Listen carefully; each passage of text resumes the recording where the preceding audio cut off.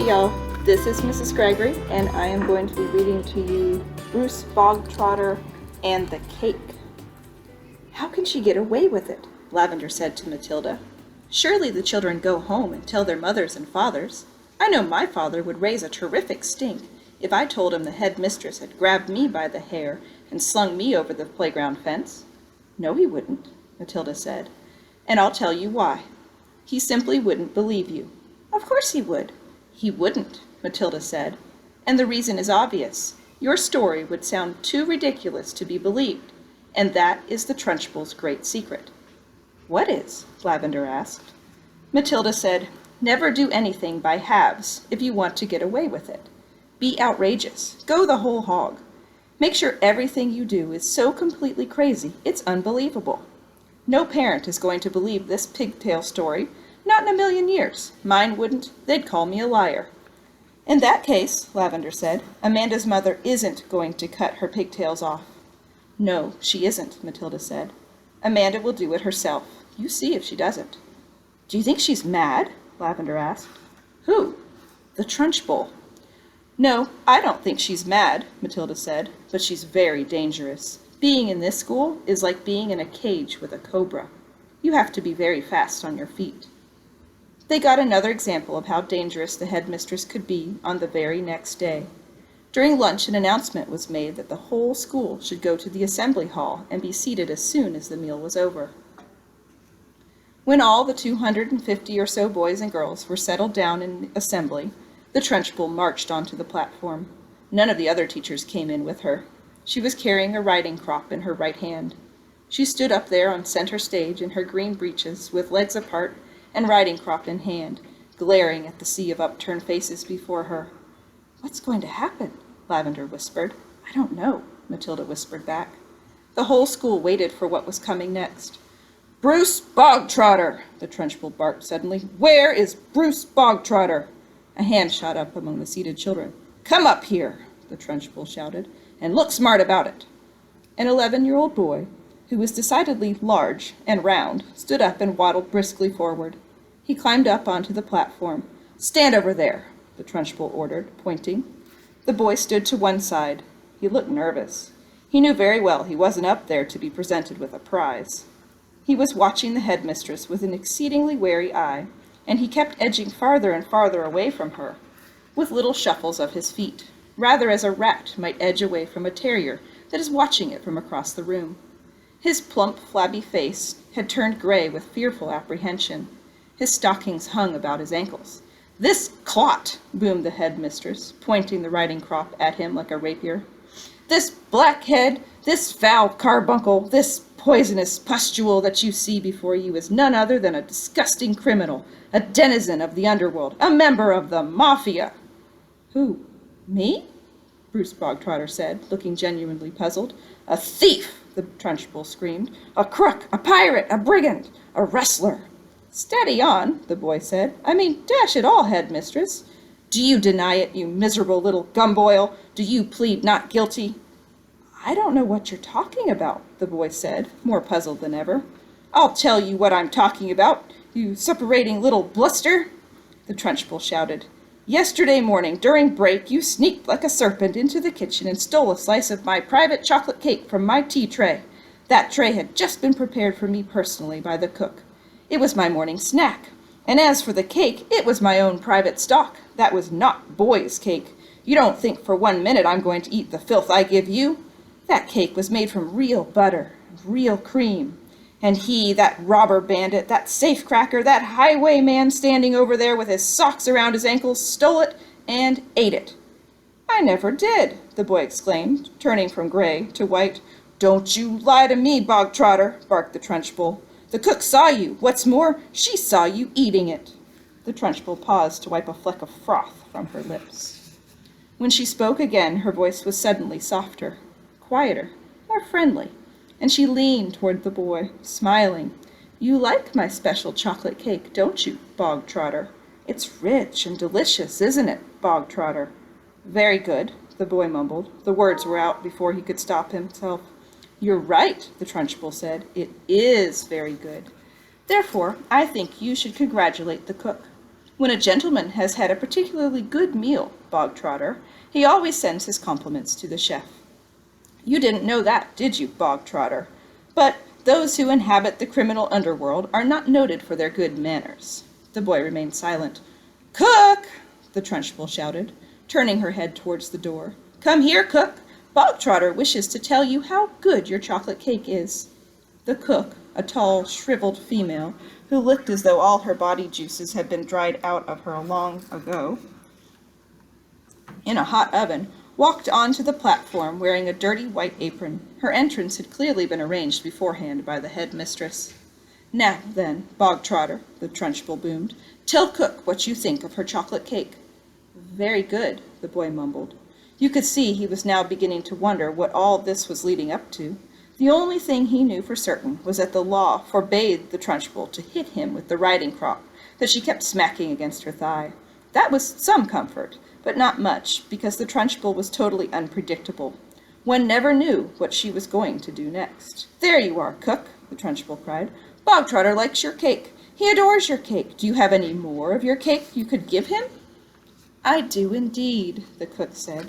She seemed to have learnt her lines by heart. Then go and get it, and bring a knife to cut it with. The cook disappeared. Almost at once she was back again, staggering under the weight of an enormous round chocolate cake on a china platter. The cake was fully 18 inches in diameter, and it was covered with dark brown chocolate icing. Put it on the table, the Trunchbull said. There was a small table center stage with a chair behind it. The cook placed the cake carefully on the table. Sit down, Bog-Trotter, the Trunchbull said. Sit there. The boy moved cautiously to the table and sat down. He stared at the gigantic cake.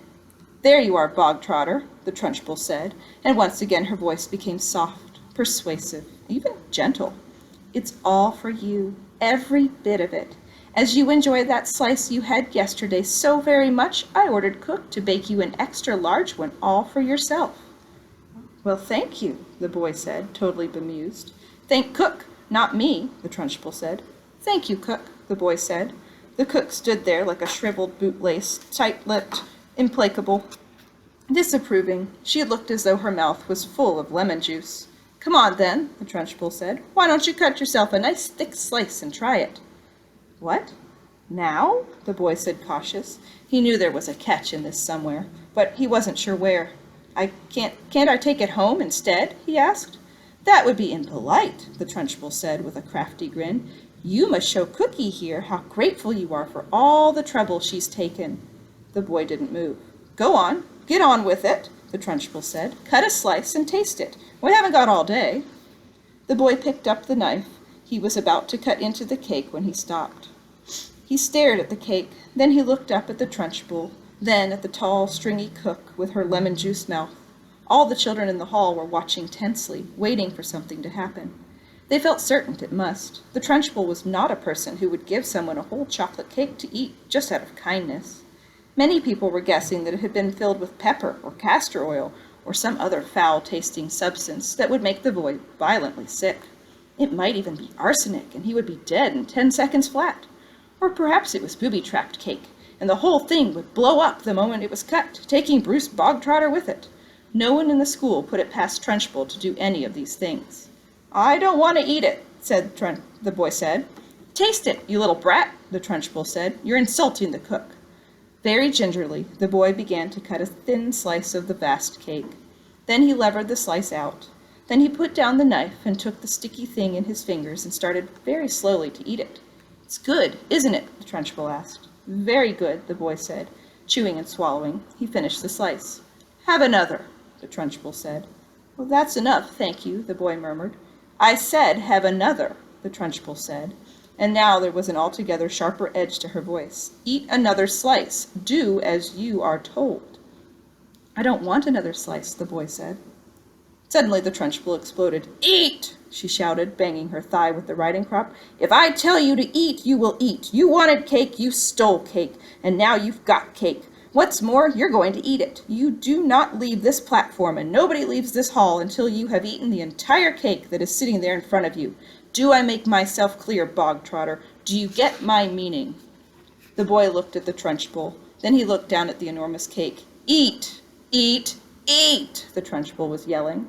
Very slowly the boy cut himself another slice and began to eat it. Matilda was fascinated. "Do you think he can do it?" she whispered to Lavender. "No," Lavender whispered back. "It's impossible. He'd be sick before he was halfway through."